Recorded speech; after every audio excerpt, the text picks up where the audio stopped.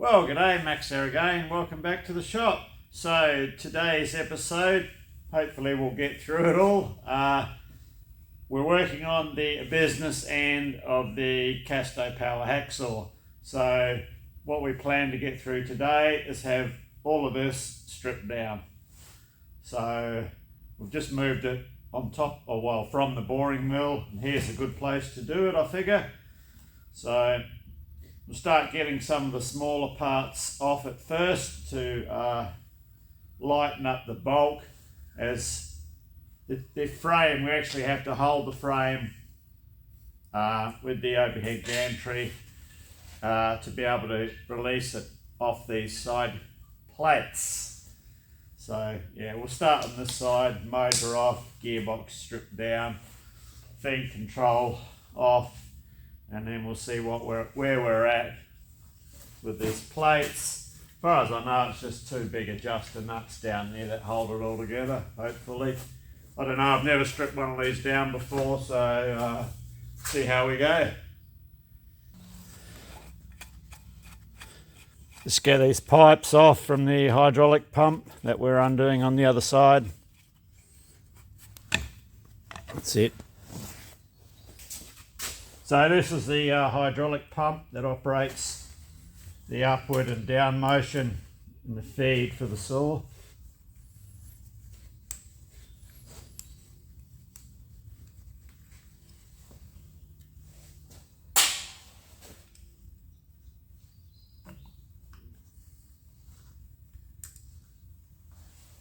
Yeah, just held on by three socket head cap screws.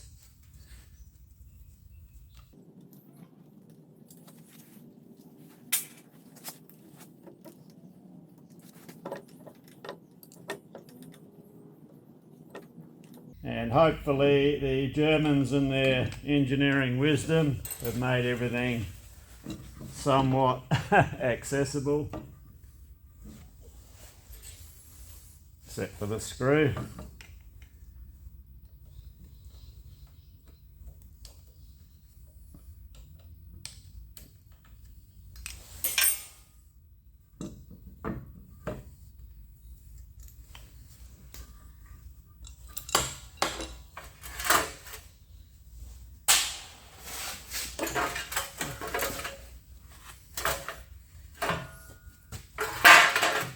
Okay, that's our hydraulic pump. 3-72. Hope that's not the year. Okay, let's just set this aside.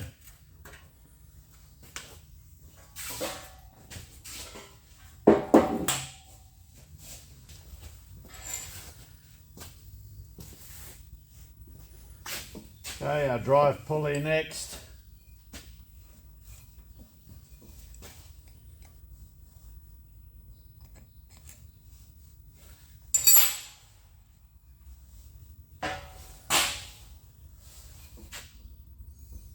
Hopefully this is going to be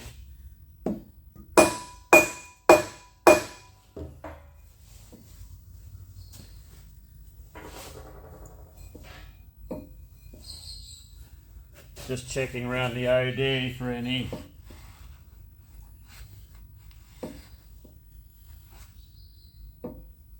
and just get a scraper. I'm just checking for any hidden grub screws on the boss behind the pulley. Just managing to get them behind here with wedges.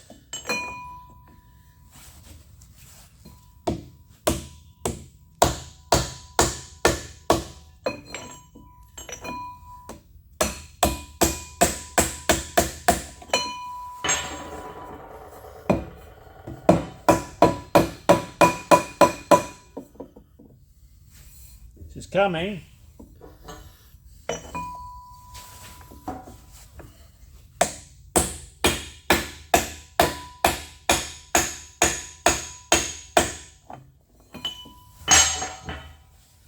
Tight.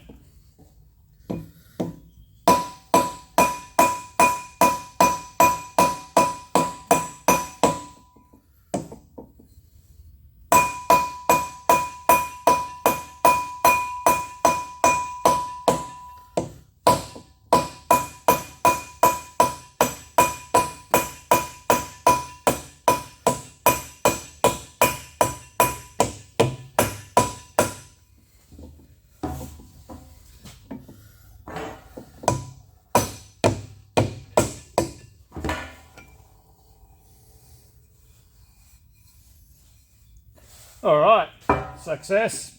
Put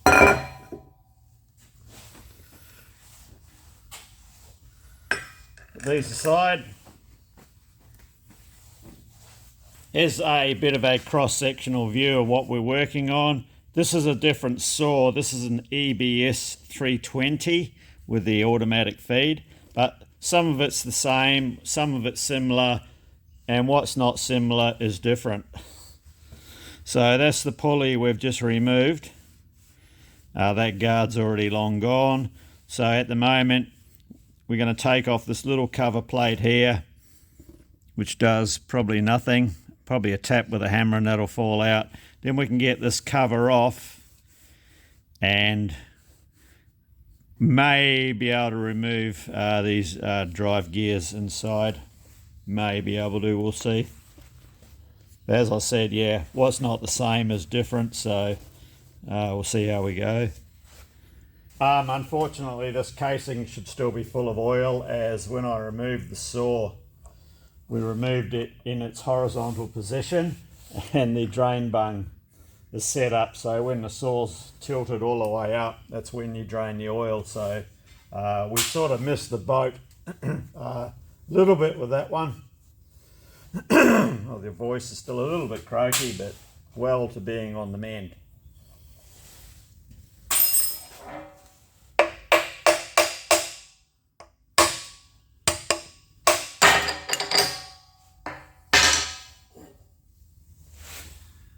Okay, so far so good in there. There's a circlip on the end here. I might just hook that out in case the bearing wants to come with the housing.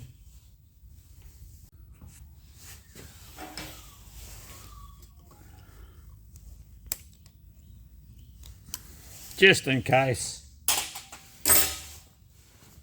So hopefully I'll slacken off all these screws, give this casing a tap, we'll get a bit of separation and fill this pan with oil. Yeah, I can see it's full of oil on the sight glass here. But yeah, as I said, missed the boat with regards to draining it.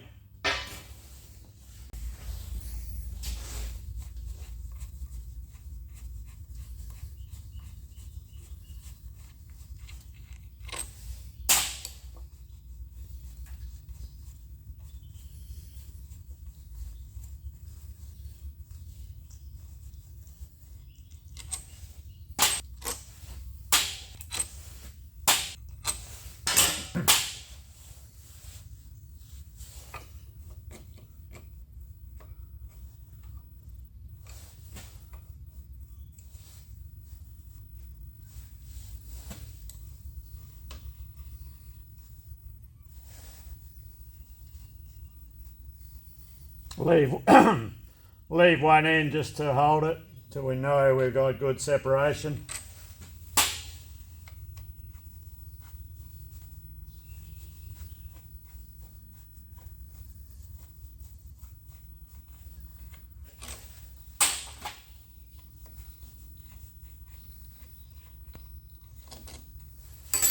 Not a jacking hole, is it?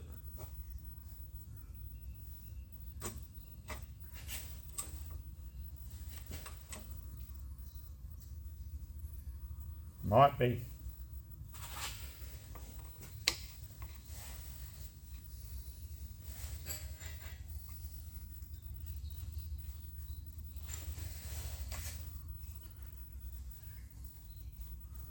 Oh, dickhead, wrong one.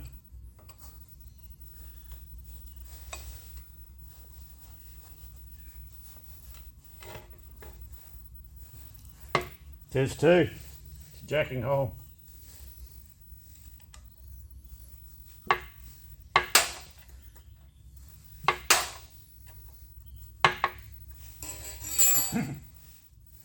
Okay, I'll let that oil drain for a while and then we'll come back.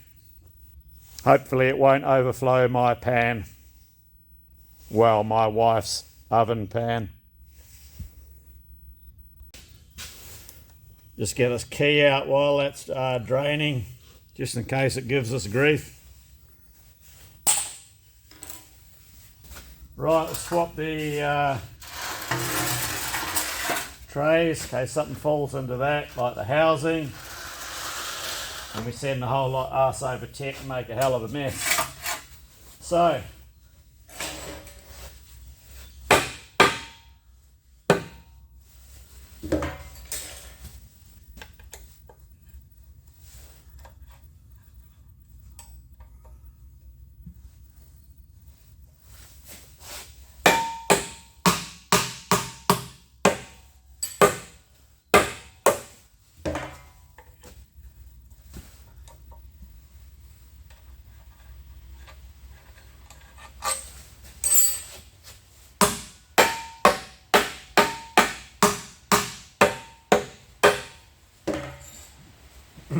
getting some good separation there now.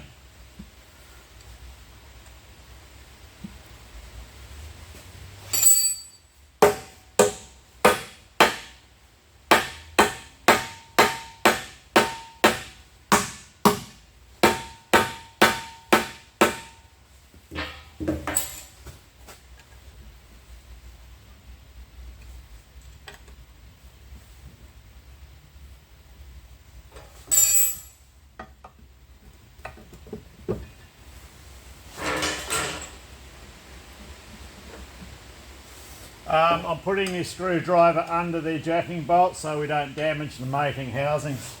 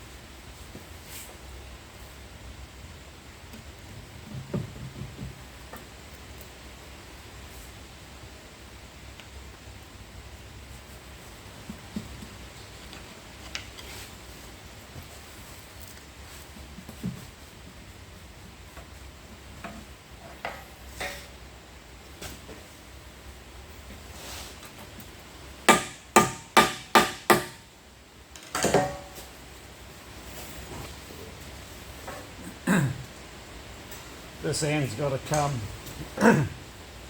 Well, I've got no option but.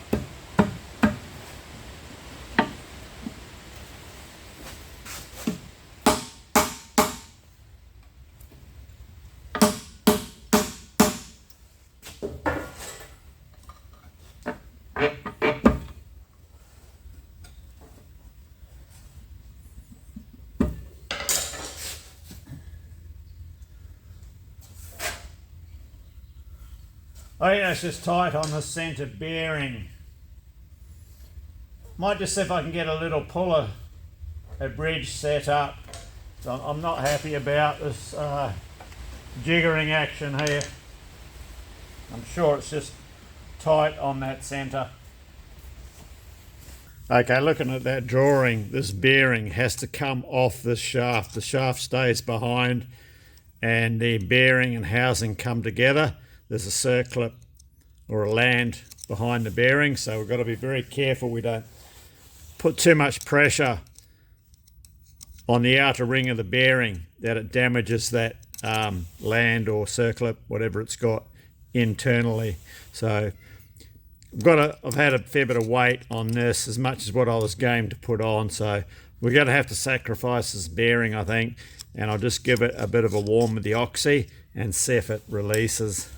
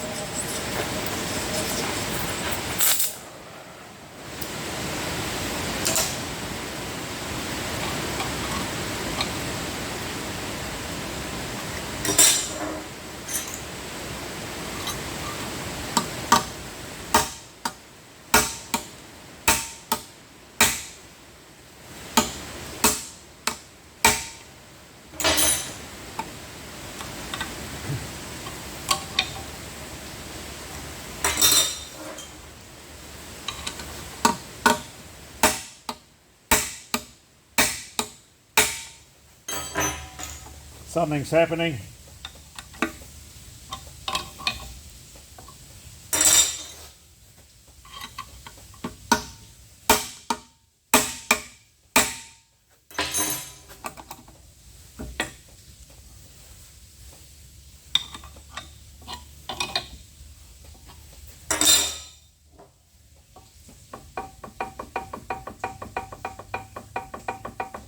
I can still see the big ball gear moving inside, so we're not loading up on anything that we shouldn't be.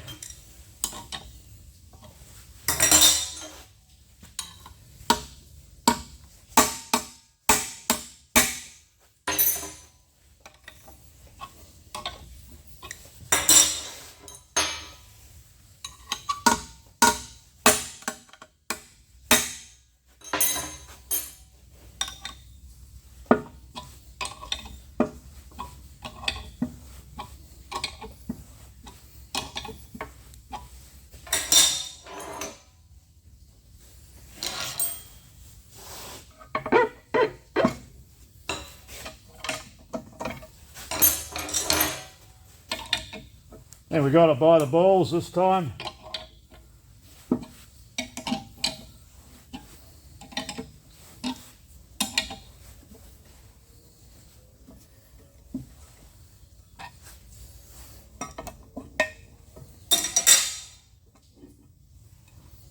Okay.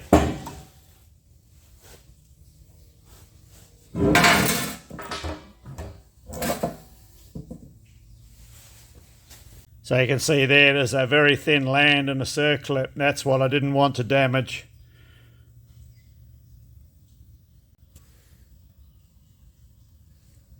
Gears all look pretty good.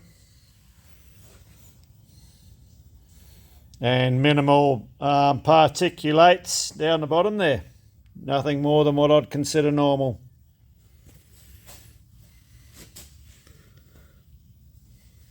Cool. So this bearing has to come off the shaft next, out that way. Once that's clear, we can set up a puller.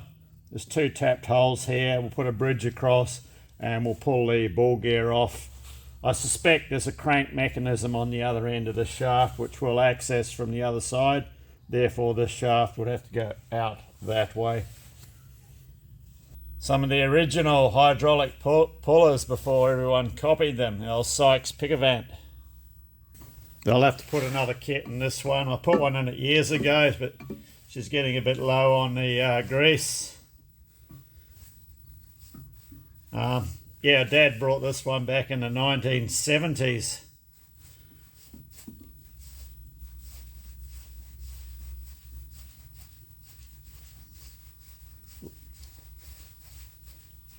All of the ones, you know, we had similar ones at my last job, and everything's so molested and absolutely fucked by people that don't know how to use them, don't know what they're doing. You know, this is still in perfect condition from the 70s. Okay, but yeah, I'll have to put a grease kit in it again. She's starting to leak a bit of grease out. Great pullers. But yeah, every man and his dog, their puller companies have copied these ones. Okay. So our ball gear next. The other thing with these is with the knockoffs around nowadays, the thickness of the material there, like that's like 1/4 inch thick. You know, now they're just pressed out of just very thin tin, you know, and all this flexes and all of that. So yeah, the ones nowadays, a lot of them, the knockoffs, they're just cheap garbage. Better off looking for an old original. Okay, that's our puller set up. Same hydraulic puller, but using the bridge and 2 studs into those tapped holes into the ball gear. So we'll put a bit of welly on it and see what it does.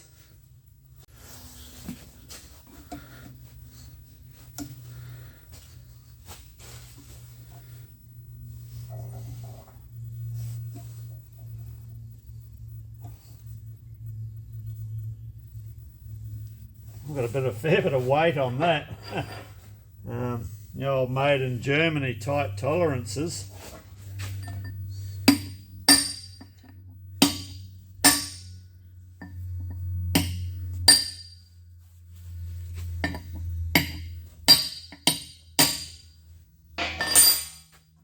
Might have to put a bit of heat into it.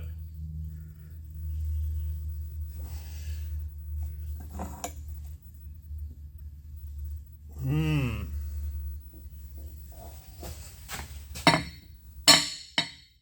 know, bit of movement there.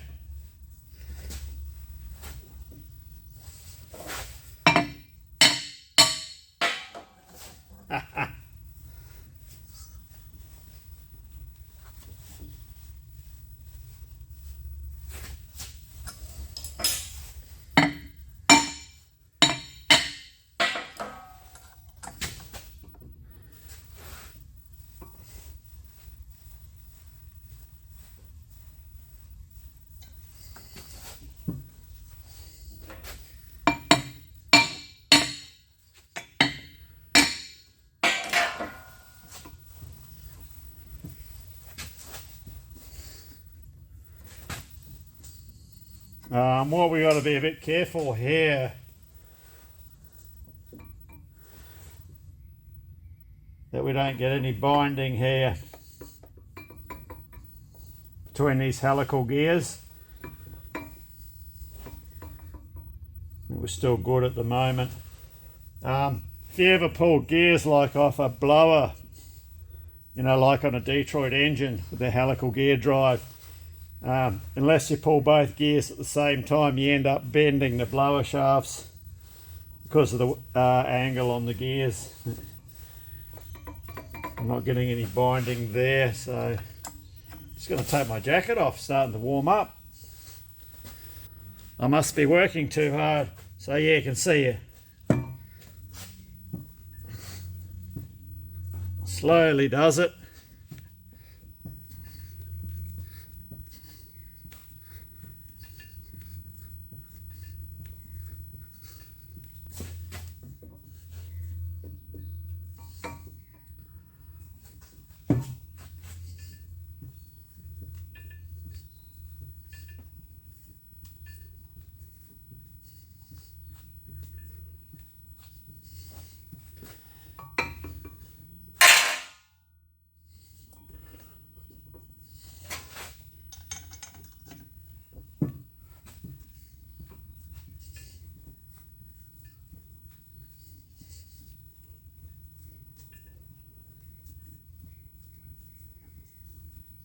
Okay, we're out of travel on our puller. So run out of stroke, she said. All right, we'll just wind it back in, reset.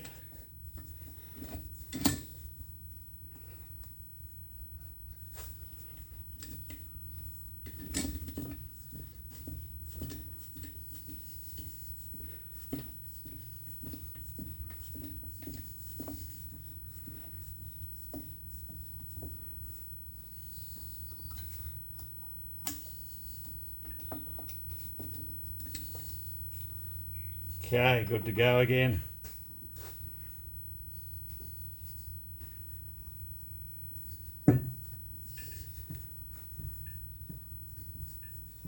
This is going to be a tight one when we go to get it back on.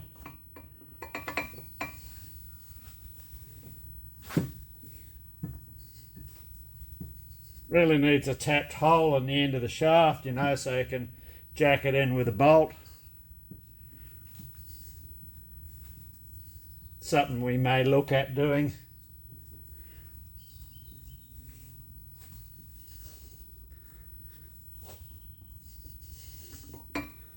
Gee, this is a big, wide, expensive looking gear, this one.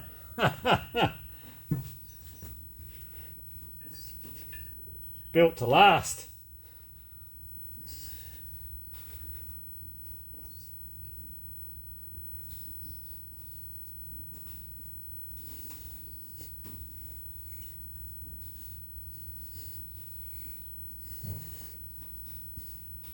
Of course, the company where this saw came from, they made gears like this too, and I think they were able to make them like 3 or 4 meters in diameter, really big ones.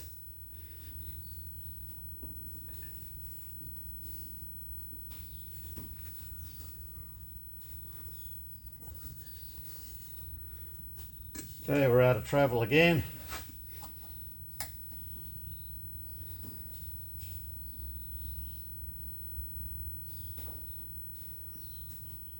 reset.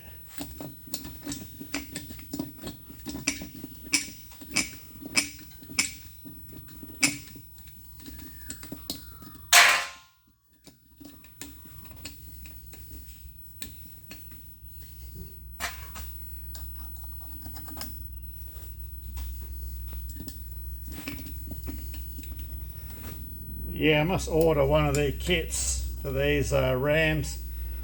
They're a real prick of a thing to re. I know I had trouble last time trying to get the grease and the piston back in without getting any air in it. It's quite a hooer of a job.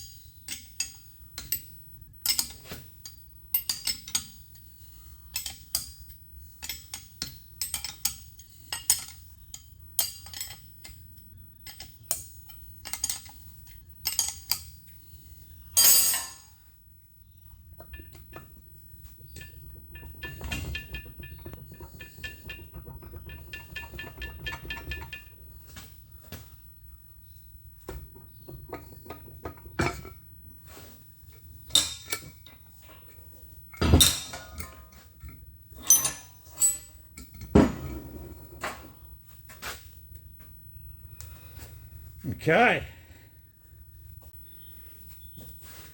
Okay, well the teeth all appear to be in very good condition, so that's good. And likewise with its mating gear, this looks very good as well.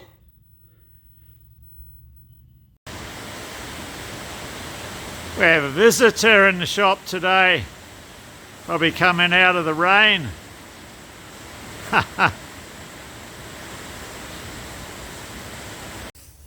So we've got to get this shaft out next. So there's a thread in the end, so all going well, we can just put this eyelet on here and pull it out. Now that bird gets out, I opened up the big roller door behind me and opened the side one. He was starting to look a bit distressed. Okay, let's just try it with a slide hammer, a couple of tonks, and we'll see what happens.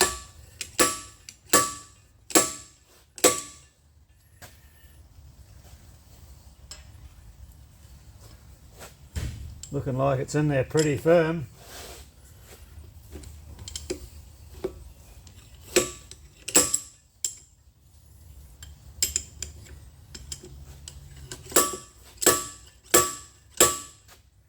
Okay, I think we'll have to go for something a bit more heavy duty. Well, our bird got out. I managed to shut the doors again. It's pissing down the rain outside. So we're going to go a bit more heavy duty with a bigger slide hammer.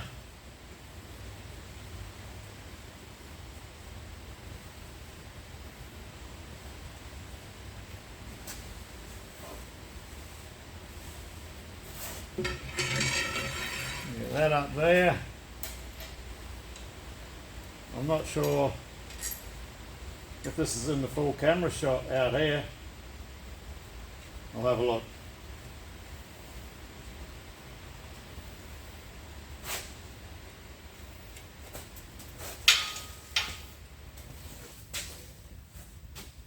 All right.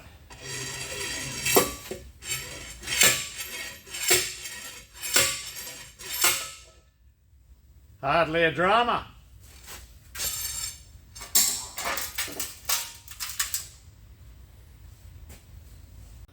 Yeah, just a bit of a rod with a thread up the end. Bit of a weight. It's actually one of the spacers we use on our milling machine. Just drilled and tapped the end of the puller rod with a 8mm. Made an 8mm stud to go into our gear, and she's out. Beautiful. I was busy on the welding bench the other day. Had to get my wife's birthday present sorted out.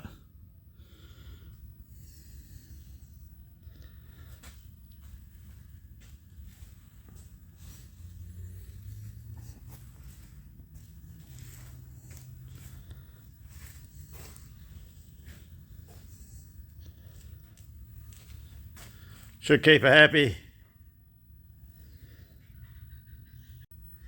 Inside that bore, you see that cam there?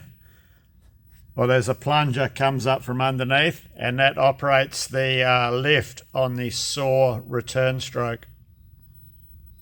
That's the hydraulic plunger follower assembly that runs on it. See the seal there, and it operates the pushes oil into the hydraulic cylinder on the return. Okay, so we're repositioned on the bench so we can get this off. Had to do a bit of re-slinging because we only want to be holding the saw frame, so I've just altered the way this rear sling goes on here and put a come along up there just to balance it. So we've got a bearing to, oh okay.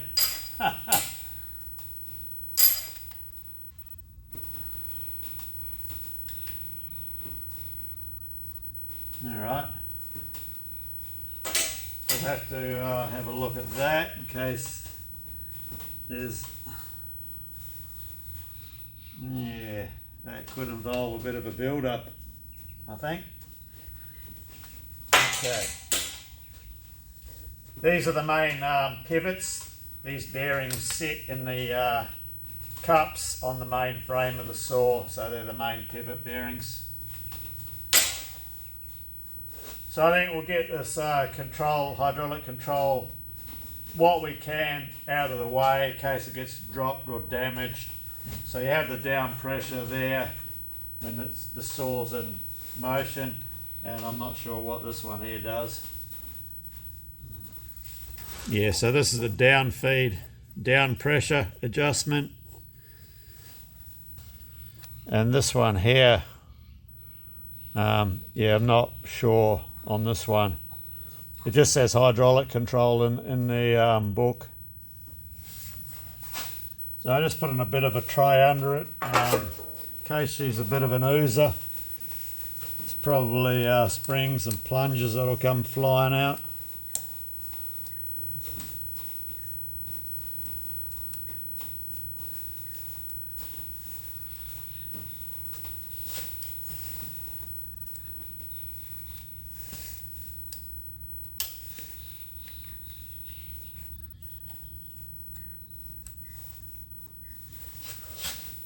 I don't see any other screws.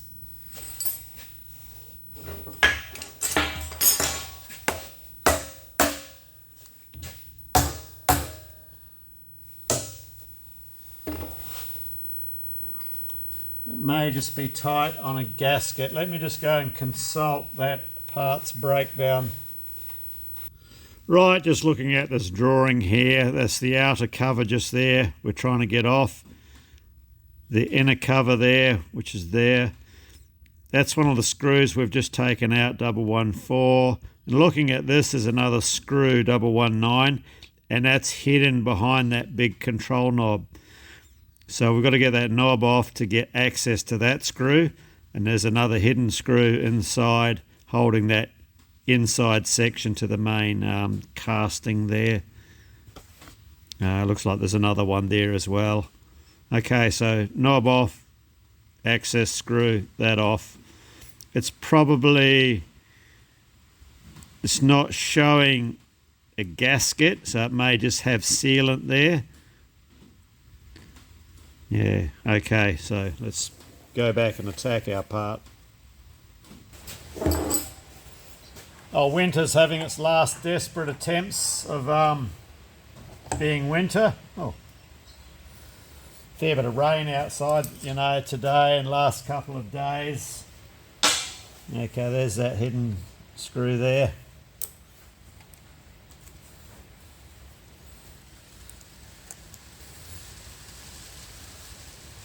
So hopefully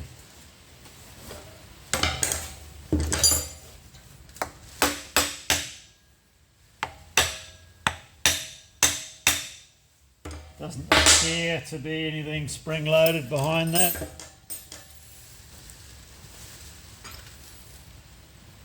Nah, all good. Safe to take the screws out.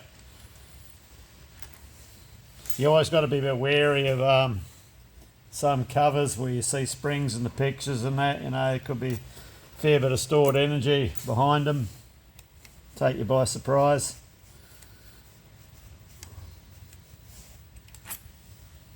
Okay.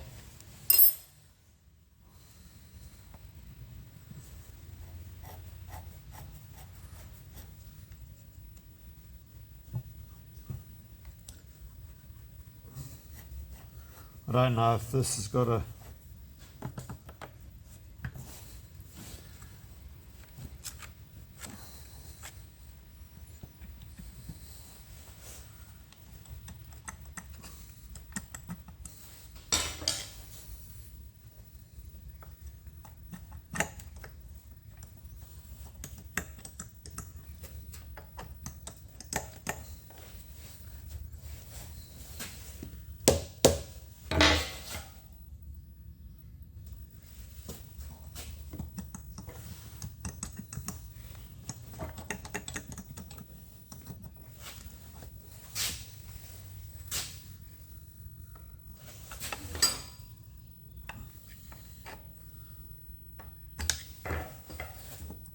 Let me just go and reconsult that picture, unless I'm just not being violent enough.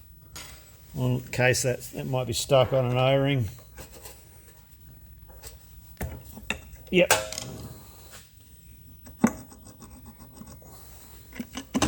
Yep, it was.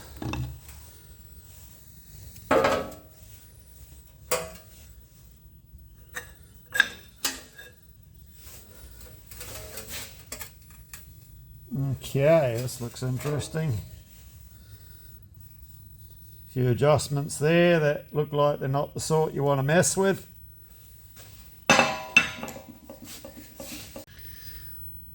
So we've got a ring of screws, cap screws around the outside,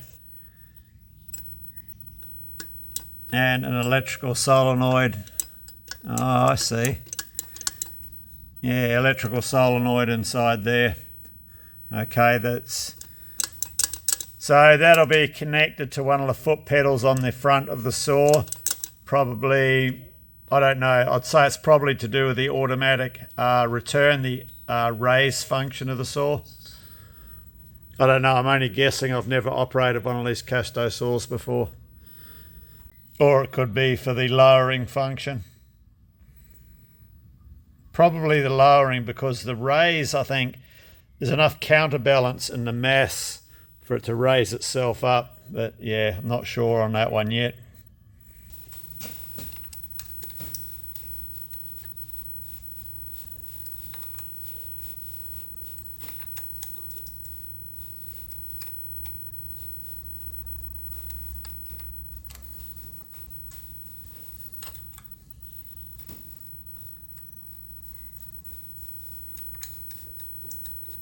There is a spring behind this.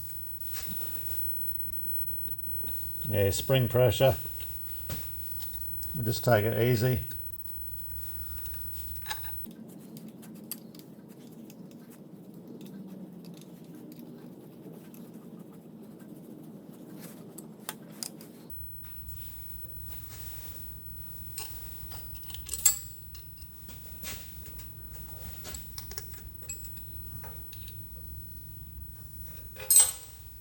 So that was in that way.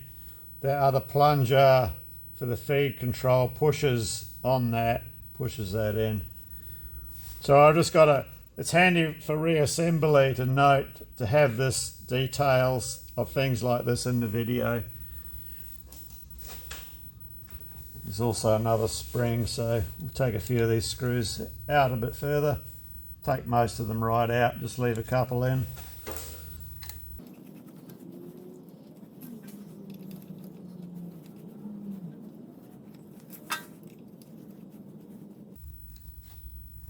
Yeah, I can see a spring down the bottom behind that one there. There's two springs. There's a big spring and a small spring. There's a small spring about there and a big spring behind that one.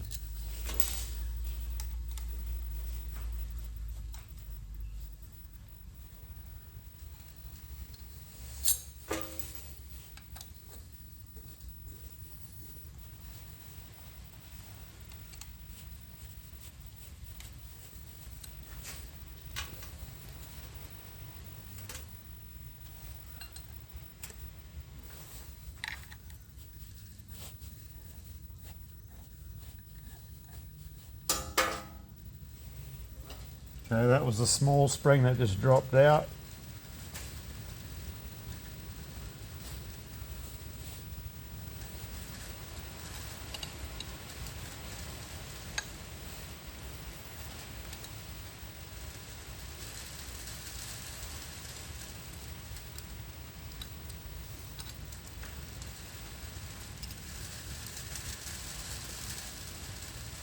Sometimes what you got to do is go and get longer screws so you've got full control of the spring pressure.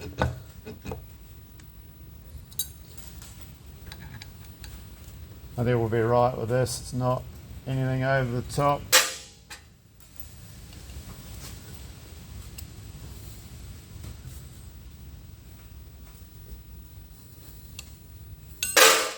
Fuck yeah.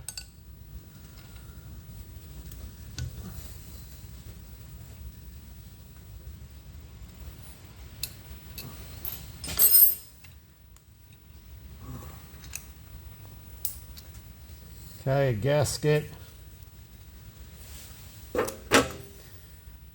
Okay, so that small spring was holding a ball in there against the seat and a screen. You just get a close-up of that for reassembly purposes.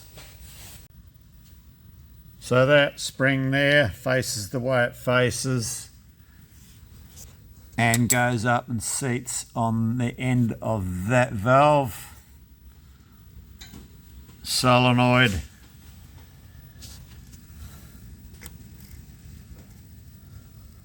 Another spring inside that one. Small spring. Check ball. There's a screen inside. Okay.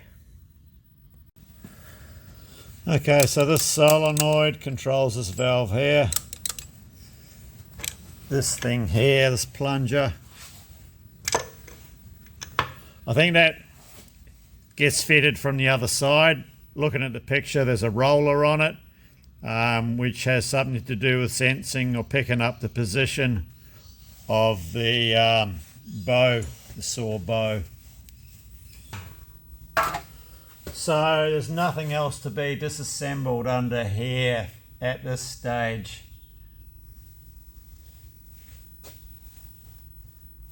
I think what we got next is these lock nuts to come off, and that will allow this whole side to come off. I'll just go and put those internals in a safe place because I don't want to be losing any of those.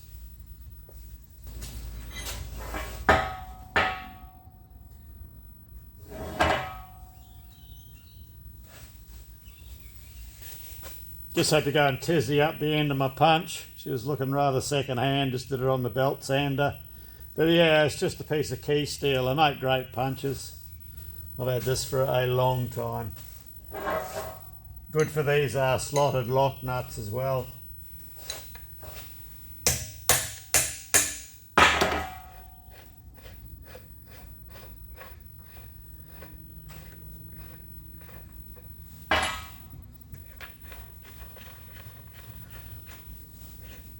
Just leave one on for a bit of security.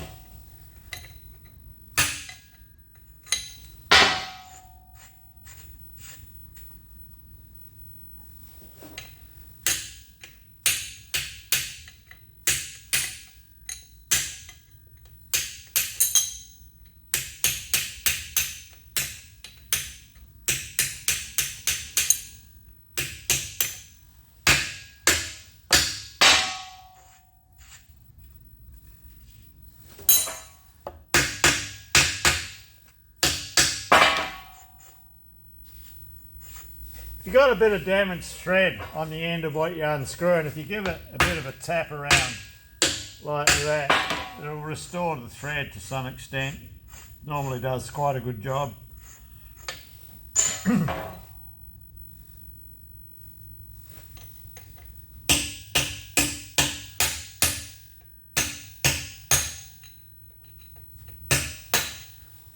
So I'm guessing these would be quite a crucial adjustment, as it would set the clearance between the saw bow and these sides.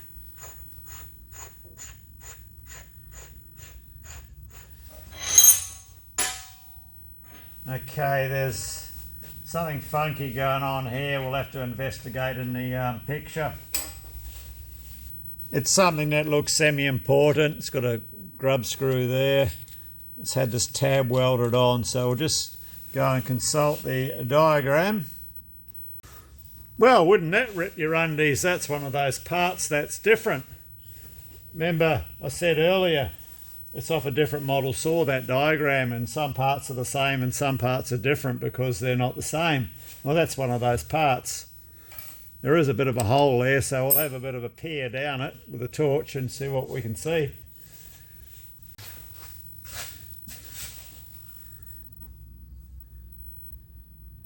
A locking grub screw.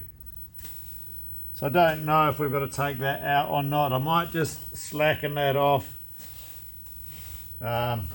just in case.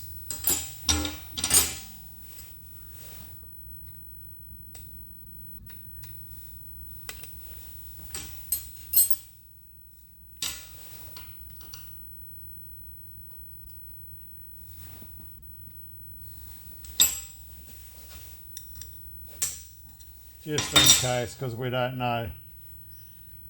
Now, I don't want to take it right out, because if I lose it, I don't know if we're going to be able to recover it. So let's just see what this does.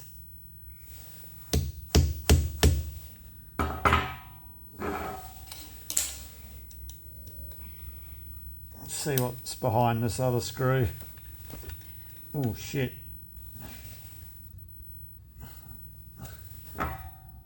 Okay. We'll go to plan B. I think we can try and ease this whole side plate off now.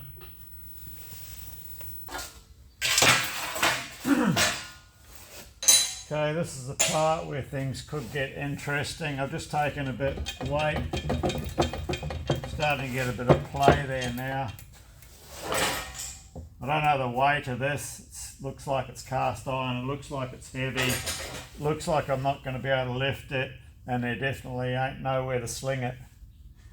Let's just go for a bit of separation and just see if we can.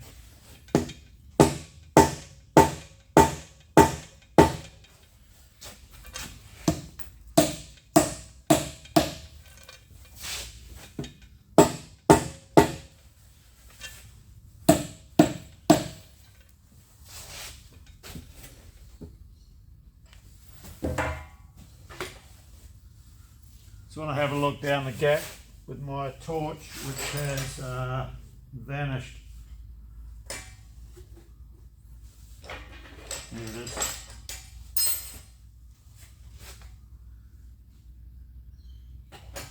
Okay. So that thing we were looking at appears to be like a guide.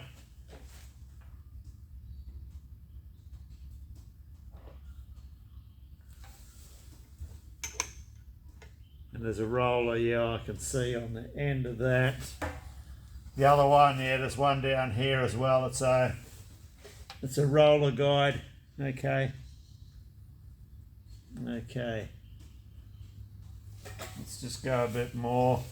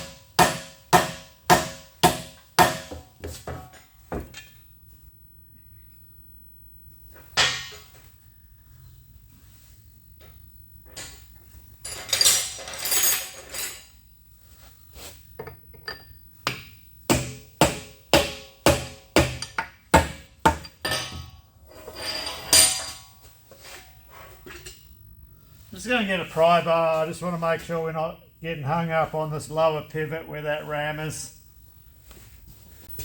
Okay, this is starting to separate. I'm not sure what sort of weight I'm dealing with this. I'm assuming it's going to be a little bit heavy, so I've just put a little come along in a sling. I managed to get a sling wrapped around it just to give it some support to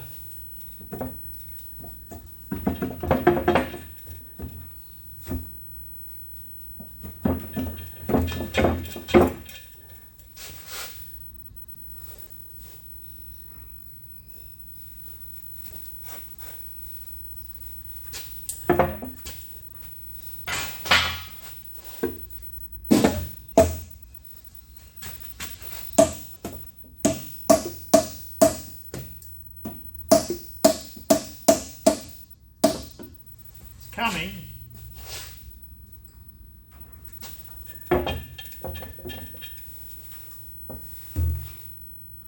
Just going to make sure the other half of it's, I've got it all blocked up with timbers to support that as well, so the whole lot don't go arse over tit and do some damage or take me out with it.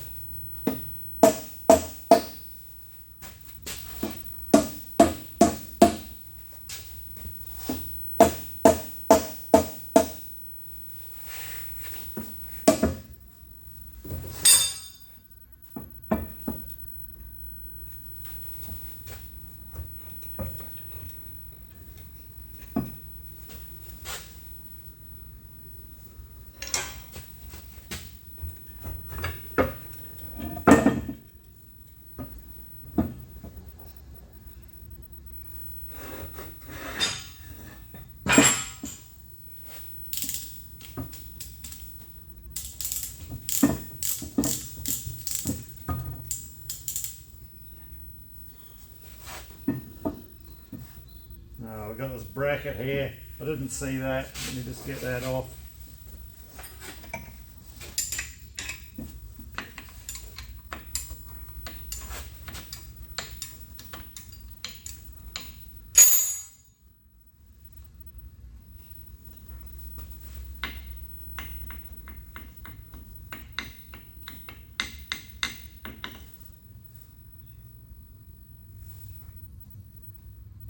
That's been welded up and broken before. Okay.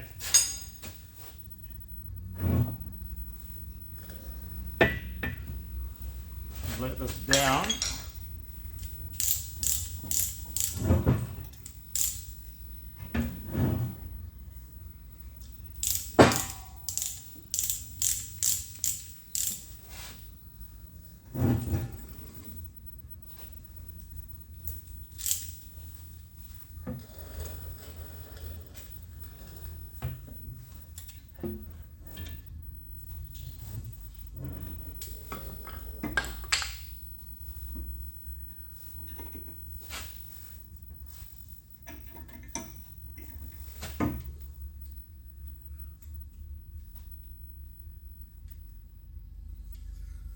This is the sort of thing I think we may, when we go to reassemble, it may have to be done on its side.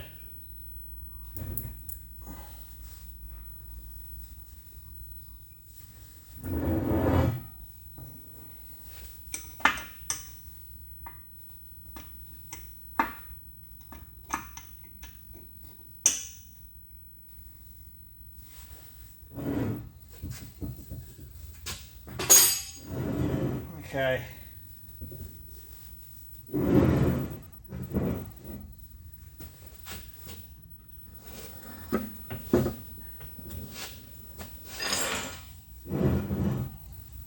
Want that to stay. Fuck off over there.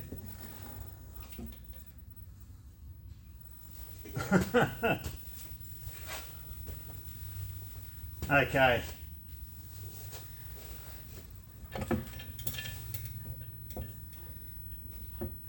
I think we've got to then lift this off the other half. I might go and get my trolley, my scissor trolley, and we can get this out of the way, right out the equation. Yeah, so that's what you can see so far. The bearings that the saw runs on, the guideways, it actually all looks okay.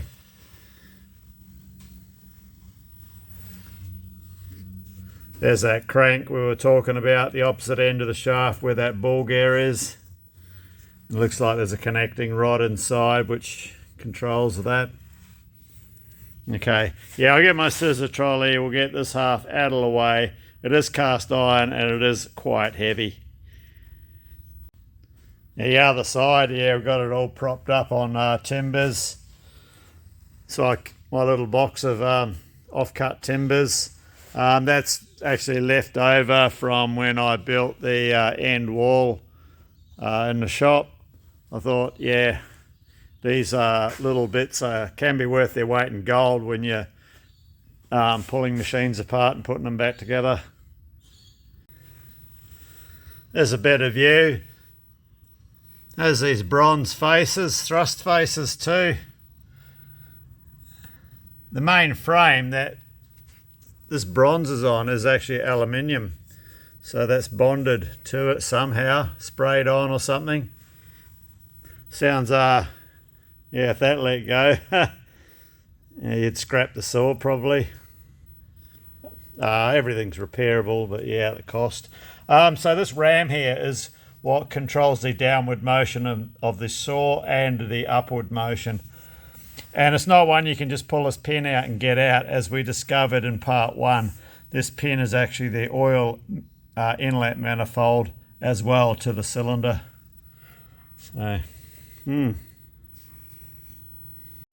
So we're safely on our cart with this, and that was quite heavy, that. So I'm glad I had that other come along on to assist. So we can get that out the way and yeah, go for another stage of separation here.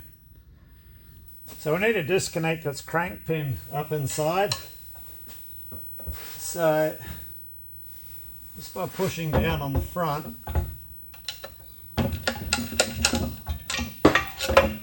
that's it. Crank pin released, poked out.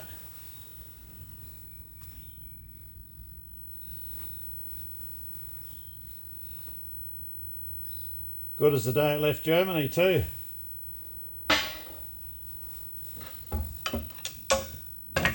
Oh, I see.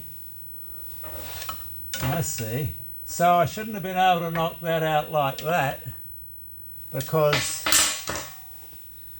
where the pin goes through the crank pin, just there is a socket head cap screw, and that split there to pinch the connecting rod onto here. So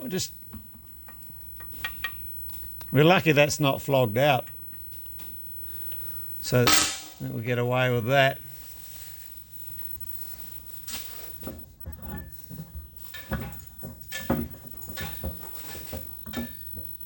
So with all that crank pin disconnected, we should be able to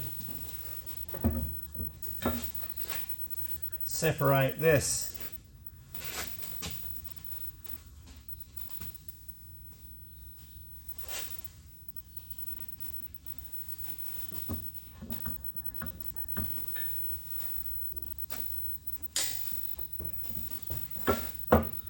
Just come up on the chain block. I think we might be sitting on the ram.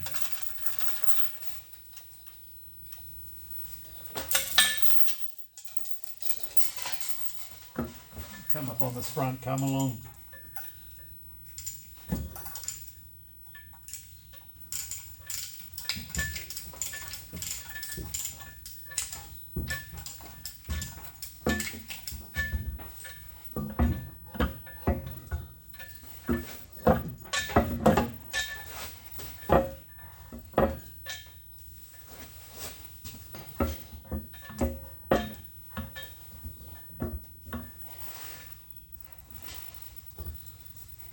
Something else is hooking it up. Let me just have a bit of a poke and a prod.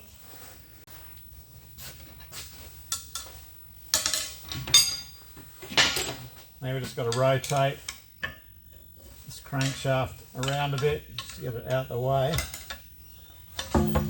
Oh shit. It's got that.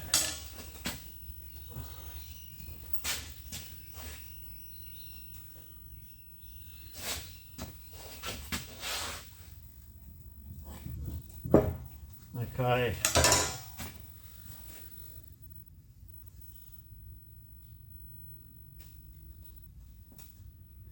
Make sure it'll sit down on that. That should sit down on that. So if we go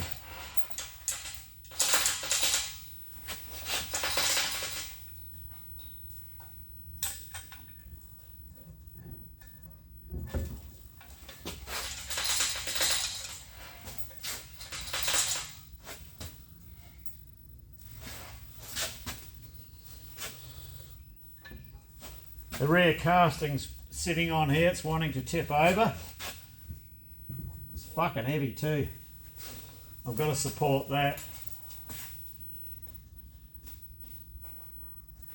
I think if I put a timber under the front of it. Yeah, definitely I think we're going to be assembling this on its side.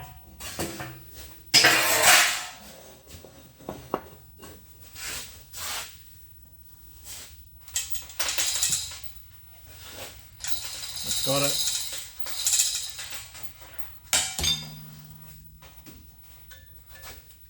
Okay.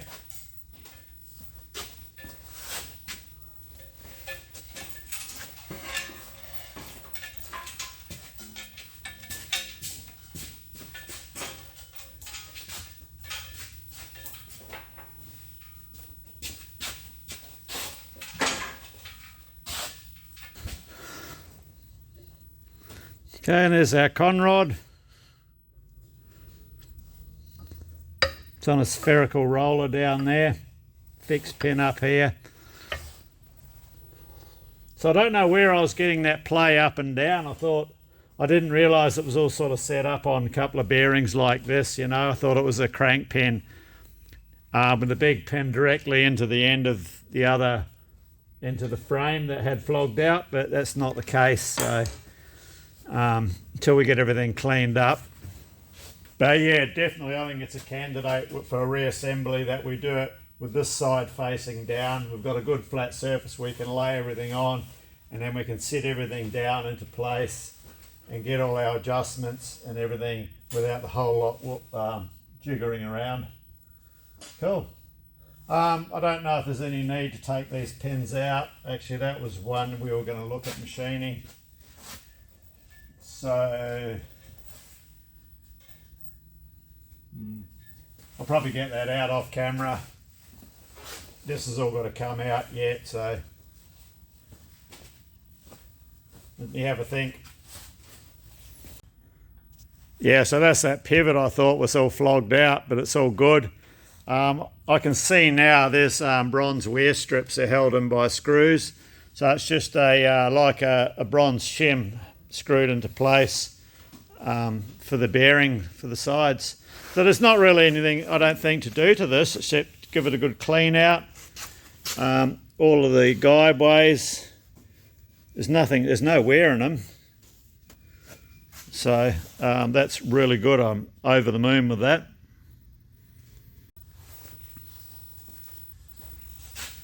Let's just get this crank pin knocked out.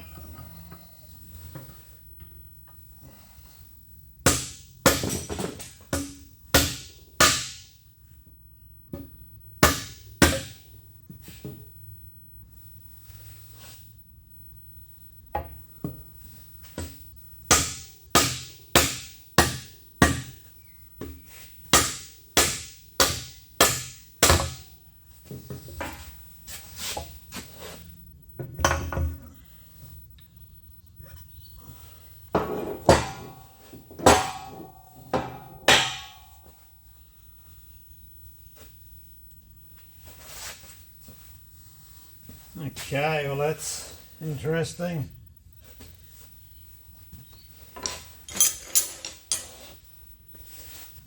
There's a lot of wear in that, so I'd say this cam follower's had a failed bearing at some stage. It's been replaced because that's the wrong circlip. It's a tad too small, that one. As far as the profile of the cam, yeah, well it's still going to work all right. So we'll just give that a bit of a clean up. There's not much we can really do about it. It's still going to operate. The amount of lift deviation, it's only a little bit, but a little bit on a plunger can translate to quite a lot at the end of the saw bow. So we'll see. This spherical roller here feels a bit weird too. Like it's not loose, it just feels tight. So tight and a bit bindy. So it's something we could investigate as well. Okay, just with regards to the shaft, this is the bit that I'd like to build up if I can get the shaft out. Something funky has gone on here. There's a gap there that should not be there. And if we look inside here, there should be a cap screw here because the end of that shaft is threaded 12mm and that holds that shaft in place. Now, might be able to zoom you in here. Just looking around here, get that shit off me. There's some funky business just here. I don't know what it is. It is a bit concerning. What's going to happen when I try and get the shaft out? Yeah, so I've had a bolt in that hole and given it a couple of good belts and it's rock solid. So it's possible I might have to remove this bearing, put a sleeve over it, and get some assistance with this thread on the end as well. Not sure yet, I'll think about that one. Okay, I think we'll bring this one to a close. I need to actually think about what I'm going to do about the shaft. I don't want to destroy everything. We've been very lucky that the insides of this weren't totally knackered and shagged. So, fingers crossed. So, alright, we'll bring this one to a close here. Cheers, thanks for watching, and hopefully see you next time where we decide what we're going to do with this shaft, and we might be reassembling by then. As I said, I think it's going to be easier to reassemble on its side. This rear face facing down on the bench, and we can lay everything on top and see what's going on rather than it all. It's going to be too hard to put together all moving around, you know, so see what happens. All right, cheers.